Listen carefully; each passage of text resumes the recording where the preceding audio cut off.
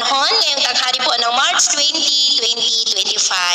Sa ngayon po ay nananatili na walang anumang banta ng sama ng panahon sa loob at labas ng ating area of responsibility, pero may mga weather system na nakakaapekto po ngayon dito sa ating bansa. Hanging amihan ang umiiral dito sa may Luzon, easterly sa may Mindanao at ang lugar ng hangganan ng malamig na hanging amihan at mainit na easterlies na tinatawag natin na shear line ay nagpapaulan po ngayon sa may Visayas. At sa ating long range forecast, consistent pa rin po na walang bagyo na namamataan na tatawid po sa ating kalupaan for the next 2 weeks. At sa lagay ng ating panahon, ngayong tanghali ay maayos ang panahon sa malaking bahagi ng ating bansa, pero may tsansa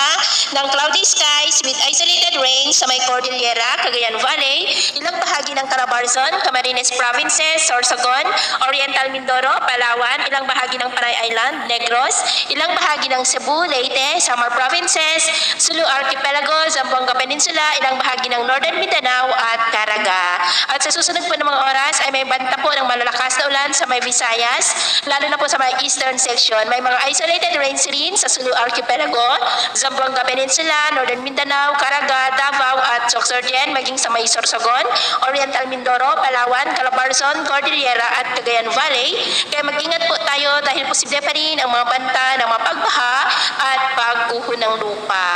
At sa atin naman pong mga baybayin, maalon po ngayon sa buong baybayin ng silangan